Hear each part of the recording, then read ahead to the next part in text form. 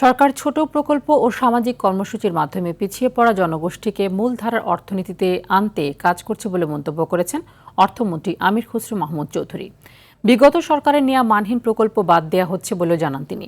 Family card, কৃষক card সহ নানা কর্মসূচির মাধ্যমে দেশকে এগিয়ে নিতে সরকার কাজ করছে উল্লেখ করে তিনি বলেন, জনশক্তিকে দক্ষ করে দেশীয় এবং আন্তর্জাতিক অঙ্গনে তুলে ধরে অর্থনীতিকে এগিয়ে নেওয়া হবে।